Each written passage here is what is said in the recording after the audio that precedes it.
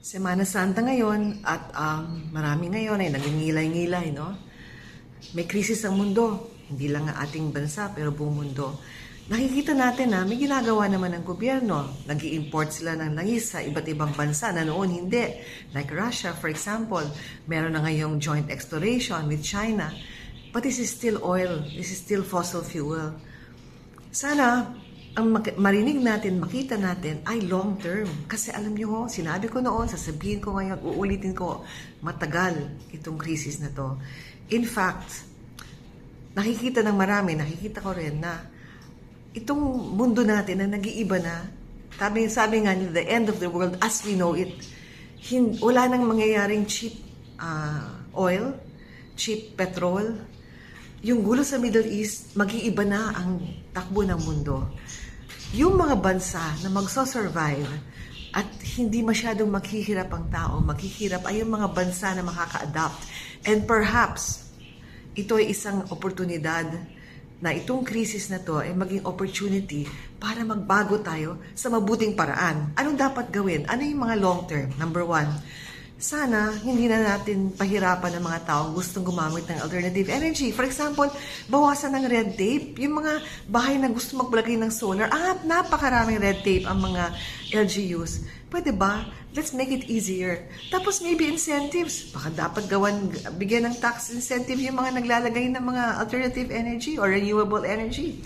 Kasi nakakatulong sa ating lahat ito. Number two, alam mo, di ba, nag-land reform tayo. Ang problema, maliliit na hiwa ng lupa, hindi naman kaya ng mga farmers na bumili ng mga mamahaling mga gamit. Di ba pwedeng dumaming kooperatiba para makabili sila ng mga gamit na masishare nila, no? Hawak ng lahat para maging mas efficient at bumaba ang presyo ng pagsasaka. Number three, stop the conversion muna of land, yung mga lupa na agriculture, wag muna natin gawing industrial. Kasi kailangan na kailangan natin ang mga magsasaka, kailangan natin ng mga lupa na isasaka para sa pagkain. The Philippines is blessed with fertile land, di ba? Sinasabi natin. Pero hindi natin talaga minamaximize at nauubos na yung ating mga magsasaka kasi hindi sila makaahon sa kahirapan. Ngayon, isa pa to. Maybe do away with the middleman, kung pwede lang. Alam nyo, sa Davao del Norte, sa Tagum, natutunan ko ito, no? Binibili ng gobyerno yung 50% ng ani ng mga magsasaka.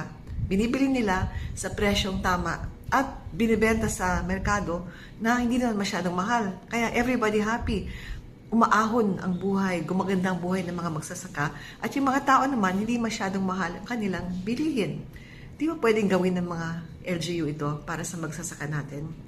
Tapos yung mga fertilizer, baka pwedeng wag muna tayong mag-import masyado.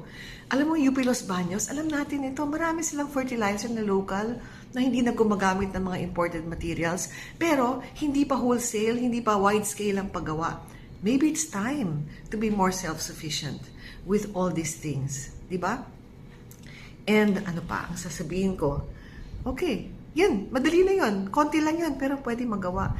At yung mga negosyante, siguro this time, it is crisis talaga eh. Maybe pwedeng bawasan ng konti ang tubo, ang profit, no? Let's work together talaga. Yan ang talagang unity, hindi yung sa salita lamang. And alam nyo, we have so much, no? We have so much here in the country. We have to brace for hard times. Times will get harder. Hihirap pa ang buhay bago siya gumanda uli. Let's optimize our people, yung ating tao, mga kababayan na magagaling. Let's optimize ang ating mga galing na mamamayan at ang ating resources para sa atin lahat. Hindi pansarili, hindi para manatili sa kapangyarihan o yumaman ng katakot-takot. Maybe we can think of our fellow men. We can think of our countrymen. And perhaps itong krisis na to ay maging daan para gumanda ang Pilipinas. Isang makabuluhang Semana Santa. And I hope we come out of it, no, ng mas mabuti at mapayapa ang ating mga kalooban kahit nagkakagulo ang mundo. God bless us all.